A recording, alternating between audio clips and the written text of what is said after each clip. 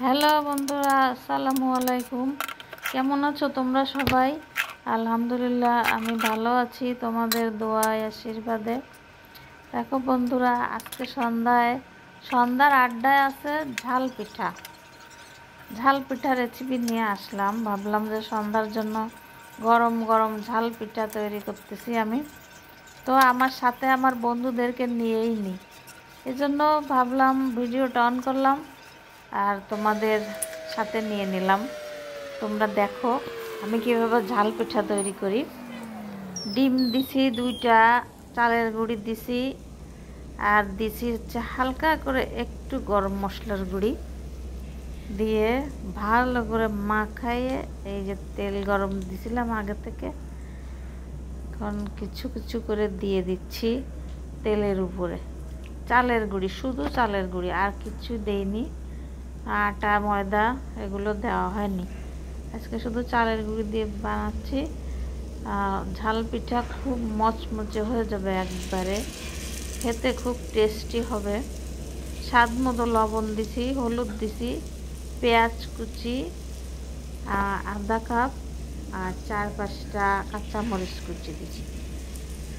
এই হচ্ছে আজকের ঝাল পিঠার আয়োজনে। তো তোমরা বাসায় তৈরি করবা বন্ধুরা, চায়ের আড্ডায় বেশ মজে যাবে। মচমচে ঝাল পিঠা, ঝাল ঝাল হয়েছে আরও পিঠা, অনেক মজা। ডিম দিছি তো এতে আরও খুব মজা হবে। একদিন খেয়ে দেখে আমাকে কমেন্ট করবা যে কেমন হলো। যদি ভালো হয় তাহলে মাঝে মধ্যে এভাবে ঘরে বানাবা, সবাই খাবে, ভালো লাগবে সবার।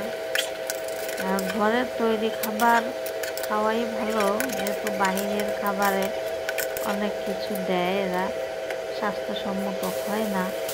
যার জন্য ঘরে যেভাবেই হোক না কেন ঘরেই বানানো ভালো। আমি তো সবসময় ঘরে বানানোরই চেষ্টা করি, কারণ বাইরের খাবার তো আমি খাই না। এই জন্য ঘরে বানালে আমিও খেতে পারি, অন্য সবাইও খেতে পারে। কষ্ট হলেও ঘরেই তৈরি করি। দেখো বন্ধুরা, চায়ের পানি দিছি, এর ভিতরে কিছু তেজপাতা, গোটা মশলা, আদা দিয়ে দিছি। একটু আদা শেষেও দিয়ে দিলাম।